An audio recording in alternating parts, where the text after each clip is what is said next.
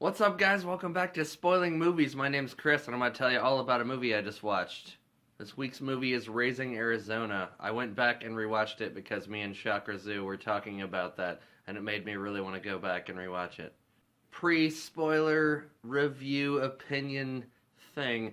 This is a great old quirky fucking movie, and it's one of those great fucking Nicolas Cage films that is it's subdued, but it's really fucking good. Now I'm going to spoil the film for you.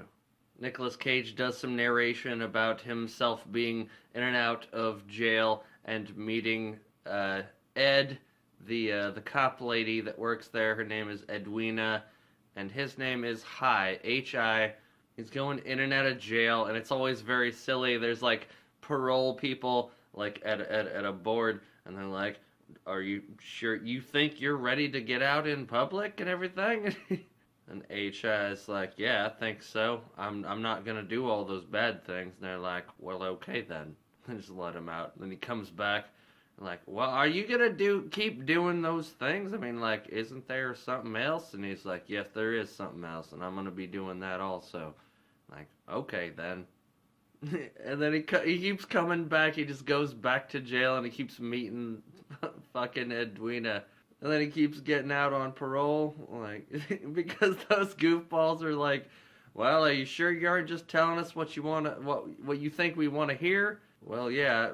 Do you want me to tell you what you want to hear, or you want me to not tell you what?" And they're like, "Okay, then." They just let him go. And Ed is the woman police officer taking his picture every time he comes back in there. And he's like, "Yeah, what's up with you?" Like, "Well, can I see you later?" And eventually he proposes to her, gives her a little ring while she's taking his fingerprint, and then they get married, and they live in a trailer, and they're loving each other, but Ed wants a baby. She is barren. She is not able to have his child, so they have weird shit. So they're all fucking depressed, and they're watching some program where some guy named Arizona, he's Nathan Arizona. He's like the king of the furniture scene in Arizona. Turns out him and his wife had quintuplets. They had 5 fucking children. Or they got more kids than they know what to do with, and we can't even have one. We deserve that baby more than they do. Nicolas Cage's Hi, H.I. is sneaking up into baby's bedroom, and all the kids are fucking sneaking around doing all kinds of weird shit, and he's trying to not to make noise, but he walks out to the car, and fucking what's her face is there, and she's like, "You ain't coming back here without a baby. I'm not leaving here without a baby. You better go back up there." So he goes back up and he grabs one of the babies and brings it back. And she's like, "I love him so much. I love him so much." She's fucking dying. Like, "Which baby did you get?" "I think I got the best one. It's one of the best out of all of those babies. I can tell. He's good. He's a good baby." It's not Larry, Gary, Barry, Jerry, or fucking Gary. It's Nathan Jr. I'm pretty sure that's the one we got. Dude, it was 5 minutes into this movie before they even did the credits, and I was like, "Whoa, you just did all of the movie's setup before the fucking Raising Arizona credits even started." So the cops and the reporters are checking on the Arizona man, furniture man, Arizona. "How are your kids doing? What's going on? One of you was kidnapped." He's like, "I think it was Nathan. It was probably Nathan Jr. All of his other kids are named Gary and Larry and Jerry and fucking shit." And there's a lot of goofy shit from that dude where it's if he were a frog, he would have bumped his ass a hoppin'. That's a phrase. They bring the baby back home into their trailer, and they're fucking Nicolas Cage is holding the baby up "This is your new place to live. That's where we eat. That's where we sit. That's where we do shit." We see John Goodman and William Forsythe being pulled out of the mud as they escape from prison, Shawshank style. John Goodman's just fucking screaming, "Yeah!" He finally made it out of the mud. "Ah!" And he reaches in and he pulls out the fucking William Forsythe. And he's like, "Ah!" And William Forsythe's like, "Ah! Fucking mud. Ah!" So he's just yelling. And then those dudes go and meet with Ed and Hi, because they're the only people that they know. So they go and, go to their place and be like, "Hey, can we stay here with you?" Nicolas Cage is like, it's so good to see you guys, but it's like the middle of the night. We got a new baby, and we don't need new people that just escaped from jail, so get out of here. Hai decides to let his buddies stay there for a couple of days, smooth things out with fucking Holly Hunter. But while Cage is dreaming, he starts thinking about this weird fucking biker traveling the land and trying to do something, trying to fuck everything up. And he's a fiery, apocalyptic motherfucker. But in real life, the fucking biker dude is actually tracking. He's already fucking tracking them. Like, who kidnapped the baby? Who's the fucking... How do I get the baby? What do I do with it? They make biker dude into this creepy, like, ethereal fucking guy. One of the continuing jokes in the movie is how shitty one of their dumb friends is, Glenn. And he keeps making, like, Pollock jokes. How many Pollocks does it take to screw in a light bulb? And he's like, I don't know, 1? And he's like, no, it's 3. And he's like, well, why is... And then he starts laughing. Like, Nicolas Cage's like, well, then why is it 3? It's because they're so goddamn stupid. Ha ha ha! And Frances McDormand is talking to Ed. She's also talking to the kids. You take that diaper off your head and you put it back on your sister. Glenn is like, hey, Pollock walked into a bar and he was holding a big pile of fucking shit. And he's like, look what I almost just stepped in. Then Glenn talks to Hai and is like, my wife's kind of cool. She likes you, and your wife might kind of like me, and we're swingers, so what about that? And he's like, fucking Nicolas Cage punches him in the face, and he's like, you keep your fucking hands off my wife. My wife. Ed and Hai go with baby to convenience store. Hai decides that he needs to rob the convenience store to get the diapers for the child, and he presses a button, and the cops are coming, and fucking Ed is like, I'm getting the fuck out of here. Fuck that guy. Like, he told me he wasn't gonna do his shit, so she starts fucking driving off. The clerks start shooting at him, and the cops are coming, and they start shooting at him, and there's just a big old scene where there's a chase, like, through yards and houses. Hai gets picked up by, like, a dude driving by, and the dude in the car is like, sir, you have a panty on your head. And he's like, don't worry about that, just keep driving. Eventually, Ed, like, has turned around in the way that she has picked up Hai, and they are able to, like, pick up the fucking diapers off the road as they're driving. And she's like, I can't do this with you anymore. We can't be this kind of people. We can't do these things. We're supposed to be respectable. It's like, I know, darling, I'm trying.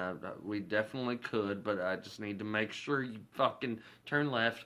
Ed tells fucking John Goodman and Forsyth to get out of their house by tomorrow morning. And they say, hey, that's fine, but Hai, if we're about to do a bank robbery, and you can be a part of it, and we can make a lot of money if we do this shit. Weird biker guy meets Mr. Arizona furniture guy. He's in his office, and he's like, I could get your baby, and I could bring that back to you for the amount of money that you've already put out, but I could also take that baby and I could sell it to people for more money than you're asking. Glenn shows up at their trailer and is like, yeah, you're fired, but also I got medical bills from you punching me in the face, and also I found out about your fucking baby, and I'm gonna take that baby. If you don't give me that baby, then it's fucking, you're screwed. Everybody just wants to take the fucking baby like that's okay. During that conversation, John Goodman and William Forsythe were in the house, and they heard what had happened, so they know that the baby is worth money, so they grab the baby. Nicolas Cage Hai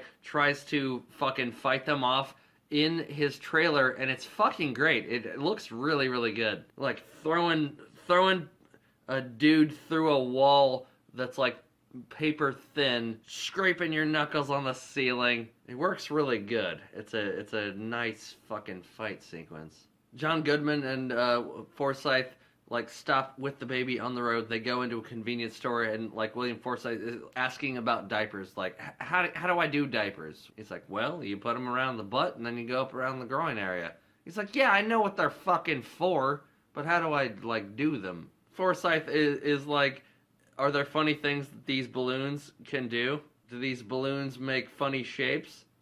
And the clerk goes, I don't think so, unless you think round is funny. John Goodman and dude are like driving off, and they're like, "Where's the fucking baby?" Ah, we left the baby on the roof. We left him somewhere, and so they start fucking screaming, "Ah, ah!" They go back and get the baby, and they're like, "We don't want to leave him in the car while we're doing our bank robbery." So like, well, okay, fine. Like brings him into the bank robbery. Like there's a fucking baby, and they're like, "Freeze! Now get down!" And they're all like, what do you mean? They're all frozen, like they're all just standing there like, are we supposed to freeze or are we supposed to get down? And it's like, well, you're supposed to get down, but like, freeze. We did it, we nailed it. And they're like, where's the baby? Where's the fucking baby? They forgot the fucking baby again. They get fucking blasted with blue paint. And like, John Goodman's trying to fucking drive, but he can't fucking drive because there's blue paint everywhere. And then crazy explosive biker shows up, and he grabs the baby. And he like shoots their car as he's fucking driving by, and he turns back and comes back and shoots their fucking windows out and drops a grenade in their car. High shoots the knife out of his hand. Biker dude fucking knifes the gun out of his hand. Ed has the baby, and High's trying to fucking make sure that she keeps the baby, but he's fighting with the fucking biker dude. And during the fight, he managed to get like one of the grenade pins that's off of his fucking grenade vest thing that he has. And he's like, well, now you're gonna fucking blow up. And then he fucking blows up. High and Ed take the baby back to those people, return the baby to their rightful owners. Dude, Mr. Arizona guy, talks to them and it is like, you know, it's bad what you did, but I understand why you did it, and you're decent people, even though you're kind of fucked up people. They say they're not gonna take the money offered for return of the baby. You know, continue living. If that's okay with you, that's okay with us. And then High has another dream, but this time it's a positive dream where he's thinking about the future. Friends, they go back to jail because they weren't ready to be out of jail, so they go back into their muddy hole that they escaped from. High imagines his children growing up and imagines a scenario where he has a bunch of children and grandchildren that came to visit him and Ed when they were old, and it's a nice thought. It's a nice dream sequence, and that's the movie. It's really fun. It's a nice throwback kind of thing. If Nicolas Cage's hair wasn't fucking crazy, then like it may have been a whole different thing. There's lots of little things, little moments, little goofy things, like people talking off screen for comedic effect that work really good. And some of the timing that they did is really fucking good. So I gotta give it to the fucking Coen brothers. The biker guy could have been like a John C. Reilly. He looks very, very John C. Reilly to me. Also, this was another weird, like, precursor to, like, Ghost Rider shit. Because that fucking biker guy had fire on his bike and also used chains and was also wearing leather. There's a lot of things. Don't get that shit wrong. There's a lot of similarities. The comedy was so fucking quirky and fun. Like, this is really good. I recommend this. It's a good watch. It's fun. It's like subdued Nicolas Cage, but like, he does a very interesting job. All of them did. All the actors were fucking great. I say yes to this. I say fucking recommend, tell your friends. Raising Arizona is a good movie. Anyway, that was a great fucking movie. I'm glad you guys were able to enjoy it with me, and leave me a comment so I know how you guys are doing. I always love to hear what you guys have to say, and peace out. I think it's Nathan Jr., but I'm not sure. And then he's like,